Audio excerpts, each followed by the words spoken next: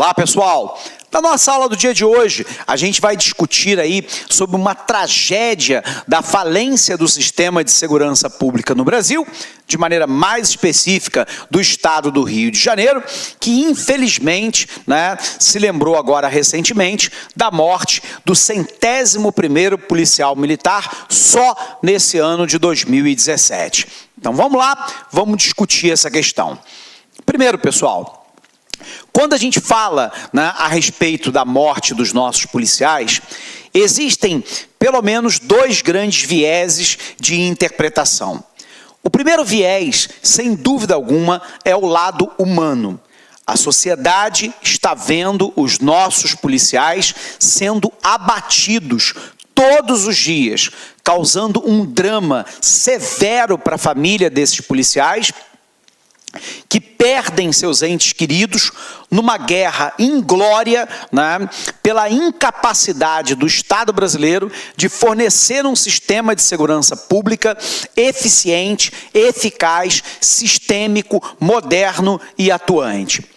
Por um outro lado, sofre a sociedade que se vê desamparada, porque se nós estamos assistindo aos guardiões dessa sociedade, que são a polícia, serem mortos, serem abatidos como coelhos no campo, quiçá lá o cidadão comum, que se sente completamente abandonado por esse Estado.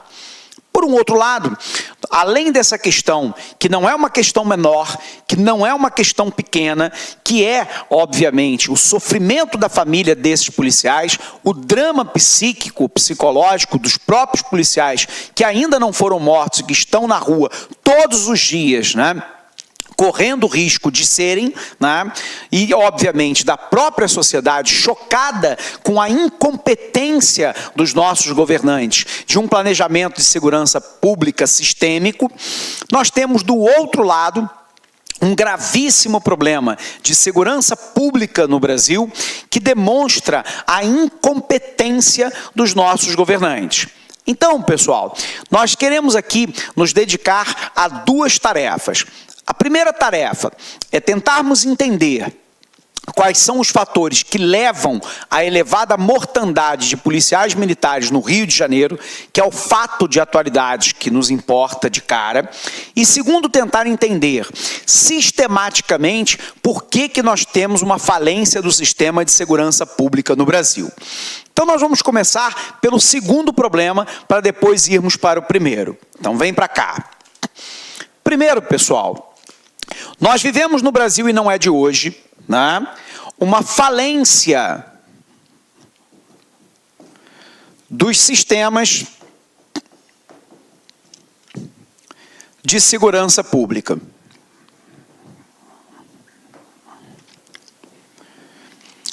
Quando nós falamos de sistema, lembre-se que a palavra nos remete à forma, à maneira com a qual nós organizamos o aparato de segurança pública do Estado em defesa desse mesmo Estado e do cidadão. Então, via de regra, o sistema é composto por uma série de variáveis. E o problema é que, com raríssimas exceções, a gente observa a falência sistêmica de quase todas ou de todas essas variáveis. Então, quais são os problemas de segurança pública que nós vivemos no Brasil? Primeiro, via de regra, a gente tem uma ausência de um sistema integrado de segurança pública. Os alunos me perguntam o seguinte, o que é um sistema integrado?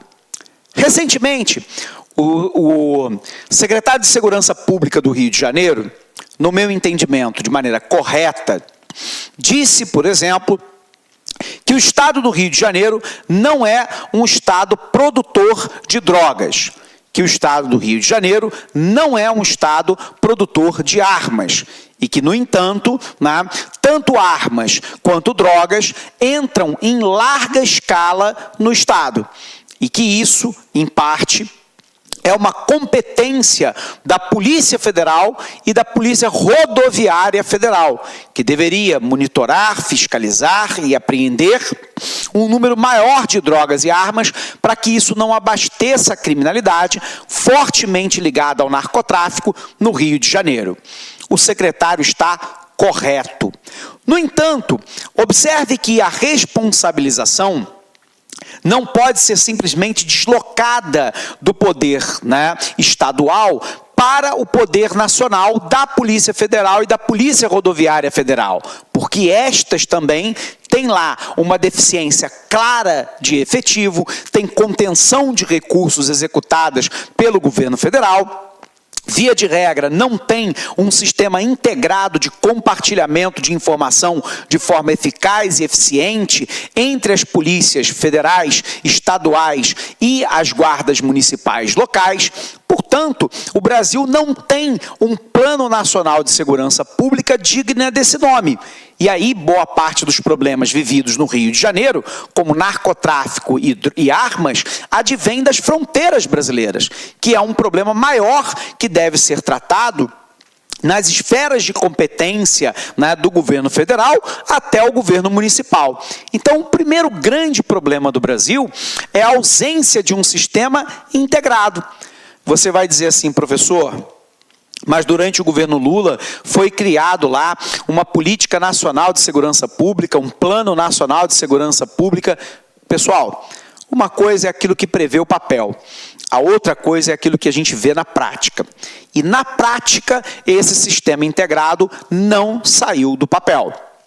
A gente não observa um controle da área de fronteira de maneira eficiente para impedir o tráfico de pessoas, de drogas, de armas, de contrabando, de descaminho. A gente não observa a Polícia Federal trocando informações de maneira eficiente com a Polícia Rodoviária Federal, com as polícias civis dos estados, com as polícias militares e com as guardas municipais.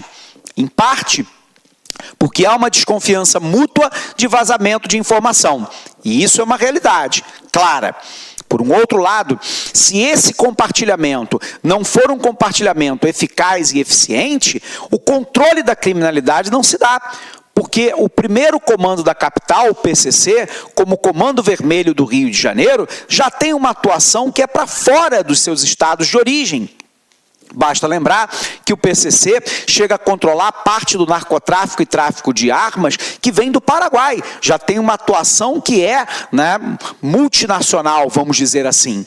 Portanto, se não houver um plano sistêmico de controle de área de fronteira, de rodovia, do espaço aéreo brasileiro, do espaço fluvial brasileiro, de controle da parte da costa marítima brasileira, o Brasil continuará a ter um problema grave de segurança, aqui ou ali mais agravado, como é o caso do Rio de Janeiro, mas de maneira sistêmica, problemas de segurança no Brasil como um todo, porque nós não temos um sistema integrado de segurança pública.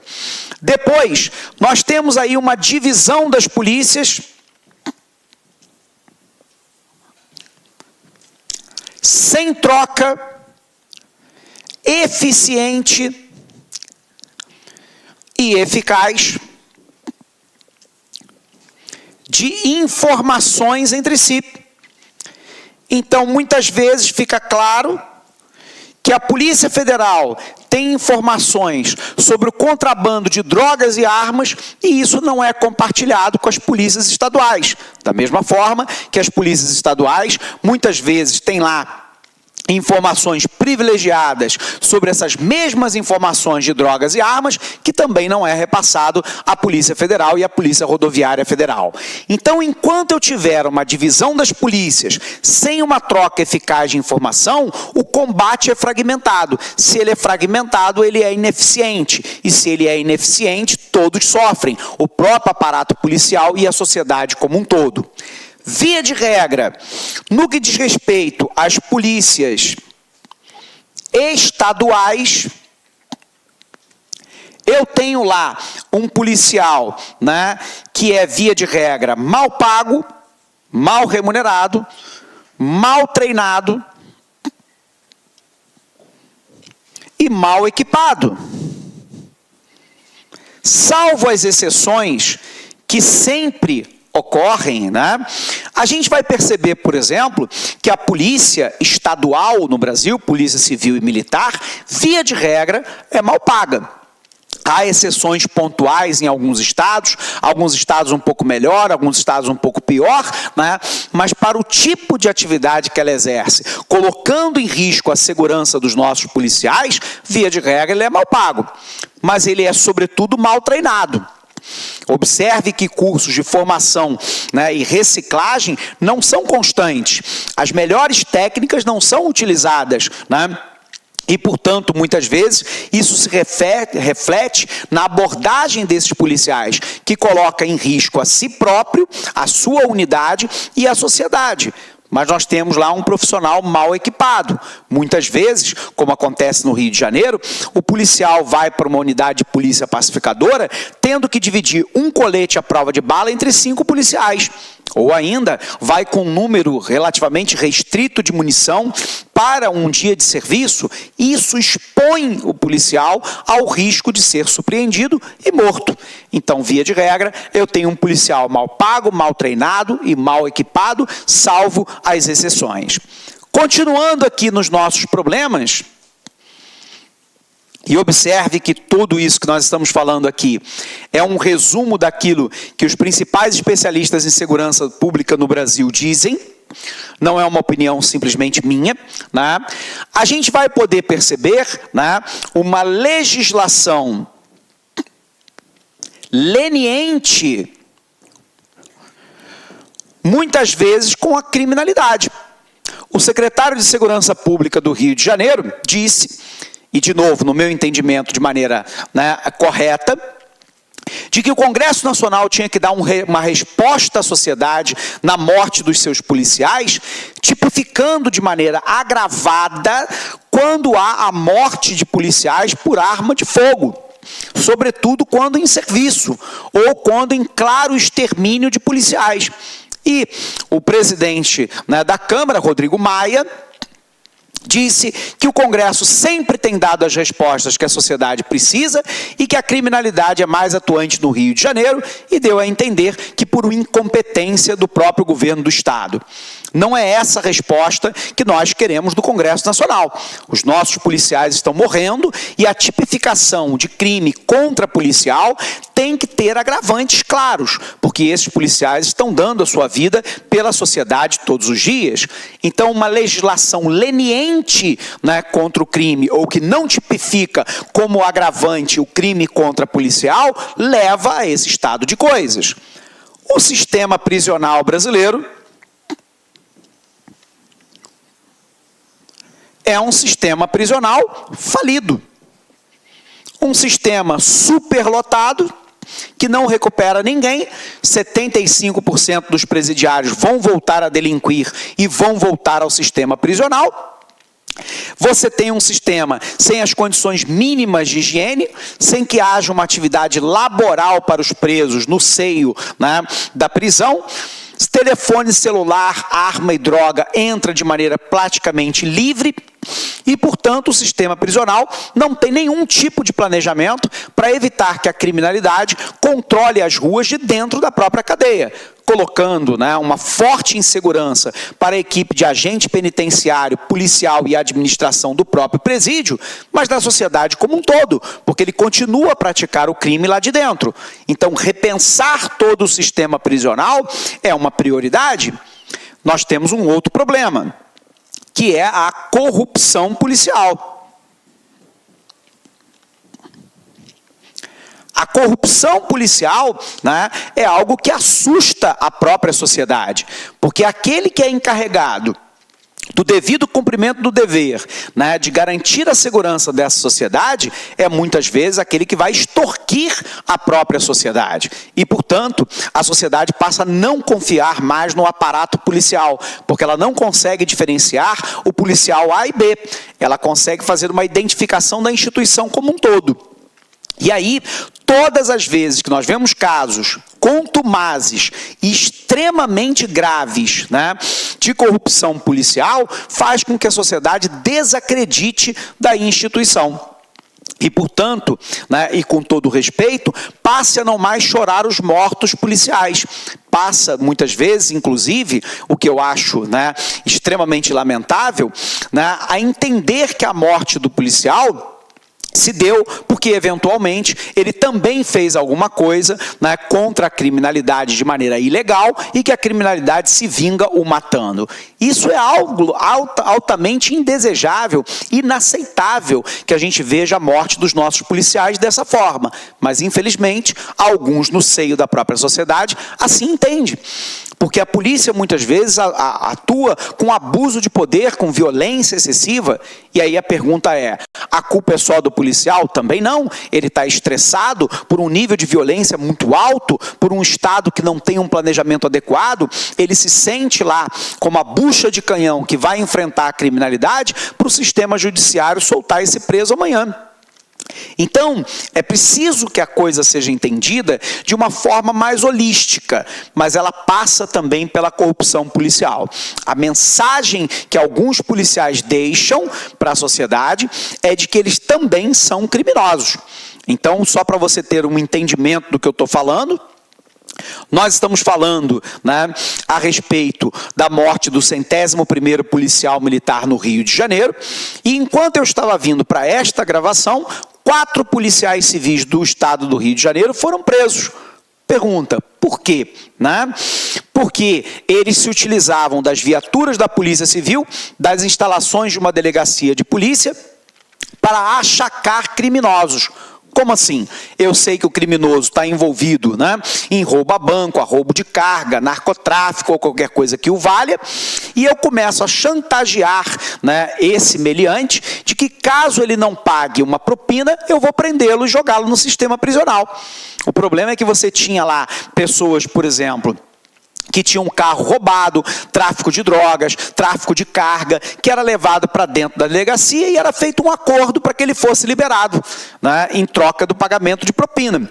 Então, qual é a grande questão? Isso representa a totalidade da polícia? Óbvio que não.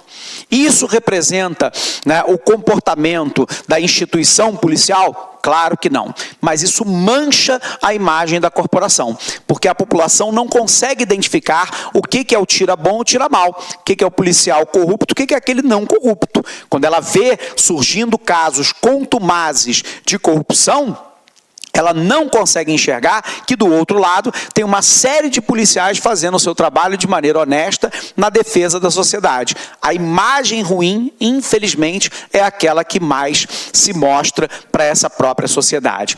Então a corrupção policial é um problema. Nós temos um outro problema que é um judiciário lento. Olá, meus amigos, minhas amigas, sou o professor Luiz Antônio de Carvalho, estou aqui para fazer um convite muito especial para você que acabou de assistir a aula aí, um pedaço de uma aula demonstrativa do nosso professor do Lá Concursos. Nós aqui do Lá Concursos preparamos um super curso online, ponto a ponto do edital e super atualizado para o concurso da PM de São Paulo 2017, com um investimento com o melhor custo-benefício da internet, apenas 10 parcelas de R$ 25,00, você vai ter o nosso curso completo, são mais de 210 videoaulas exclusivas para você, com professores top de linha e principalmente com um projeto pedagógico diferenciado chamado de Personal Coach. O projeto pedagógico que faz o aluno ter sucesso no concurso. Por quê? Porque ali vai organizar a vida do concurso. E papo reto com vocês, eu tenho certeza absoluta, se vocês cumprirem todas as nossas orientações pedagógicas, eu tenho certeza que você ficará super competitivo no concurso aí da PM de São Paulo 2017. Bacana? Legal. Ah, já ia esquecendo, você quer um material de apoio aí, o PDF que o professor está utilizando nessa aula, então é muito simples, vai aqui embaixo, clique aqui embaixo e faça o download gratuitamente desse material de apoio. Tá certo, meus amigos? Um forte abraço e espero vocês aqui no Lá Concursos. Fui, tchau. Clique lá.